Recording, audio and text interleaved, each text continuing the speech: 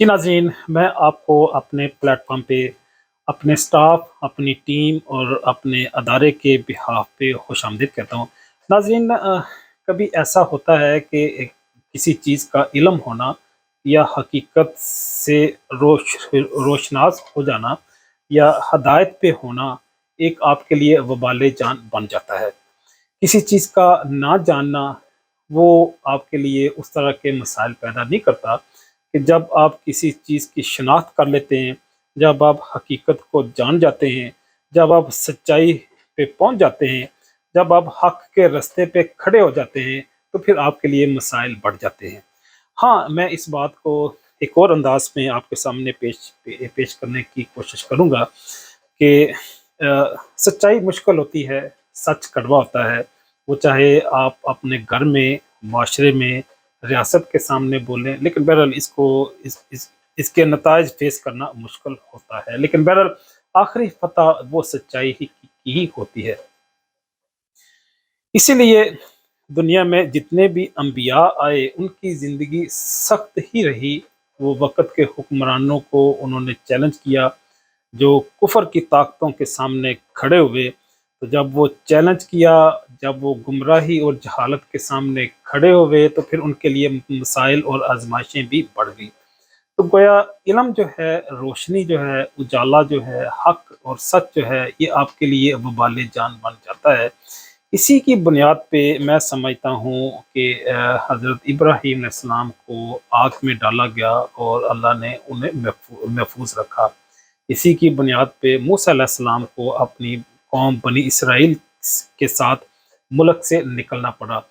اسی کی بنیاد پہ ہمارے نبی علیہ السلام کو مکہ سے ہجرت کر کے مدینہ میں جانا پڑی۔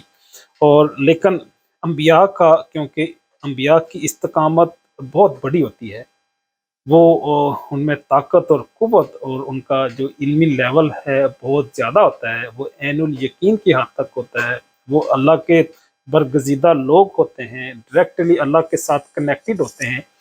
تو اس لیے انبیاء کو دنیا کی کوئی طاقت شکست نہیں دے سکتی۔ کیوں نہیں دے سکتی؟ کیونکہ وہ اللہ کے نمائندے ہیں۔ تو اگر کسی نے نبی کو شکست دے دی تو اس کا مطلب ہے اس نے نعوذ باللہ اللہ کو شکست دے دی۔ تو اس لیے کسی کے لیے یہ ممکن نہیں ہے کسی نبی کو شکست دے سکے، اس کو ہرا سکے، کیونکہ اس کے پیچھے اللہ کی ربوبیت، اس کی خدائی، اس کی طاقت موجود ہوتی ہے۔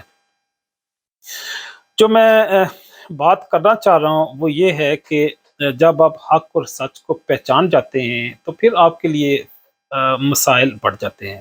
یہ ایک جنرل اور عمومی اصول ہے جس کو ہم جانتے ہیں۔ میں اس کو ایک دو مثالوں سے ثابت کر کے یا ایک دو مثالیں آپ کے سامنے پیش کر کے اجازت چاہوں گا۔ فرعون نے جب موسیٰ علیہ السلام کو چیلنج کیا، جادوگر آ گئے، موسیٰ علیہ السلام نے چھڑی پھینکی، وہ سارے جتنے سانپ تھے وہ چھڑی سانپ کی شکل میں جو تھی نگل گئی۔ جادوگر انہوں نے اسلام قبول کر لیا۔ انہوں نے کہا کہ ہم جانتے ہیں جادو کو، ہم جانتے ہیں اس دھوکے کو، لیکن موسیٰ علیہ السلام نے جو چھڑی پھینکی ہے وہ جادو نہیں ہے۔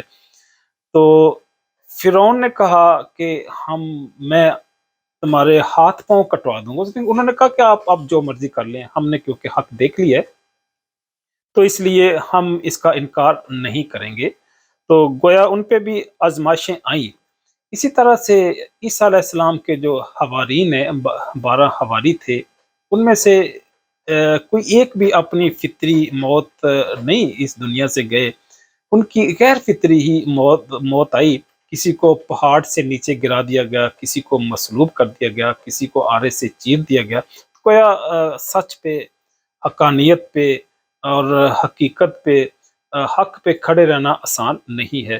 اسی طرح اصحاب کہف کا واقعہ بھی ہمارے سامنے ہے کہ وہ کس طرح غار میں چھپ کے اپنے ایمان کو بچانے کے لیے، پھر ہمارے نبی علیہ الصلوۃ والسلام کو بھی جب کفار مکہ ان کے سامنے آ گئے، حضرت ابو طالب رضی اللہ عنہ نے جب ہمارے نبی علیہ الصلوۃ والسلام سے پوچھا، دیکھو بتیجے، یہ سرداران قریش تیرے سامنے آ گئے ہیں، تو ہمارے نبی علیہ الصلوۃ والسلام نے، میں قصہ مختصر کرتے ہوئے آپ کے سامنے بات پیش کر رہا ہوں، انہوں نے کہا کہ یہ لوگ اگر میرے ہاتھ پہ چاند اور دوسرے ہاتھ پہ سورج بھی رکھتے ہیں تو تب بھی میں اپنی بات کہنے سے باز نہیں آؤں گا، کیونکہ ان کا تو منصب ہی یہی ہے، وہ تو دنیا میں تشریف ہی اسی پرپس کے لیے آئے کہ اسی پرپس کے لیے آئے تھے، اور ان کا نبی بننا ہی اس چیز کا تقاضا کرتا تھا کہ وہ یہ بات کریں، وہ دنیا کو چاہے جتنی بری لگے لیکن نبی علیہ الصلوۃ والسلام وہ بات کرنے سے باز آ جائیں، یہ ممکن نہیں تھا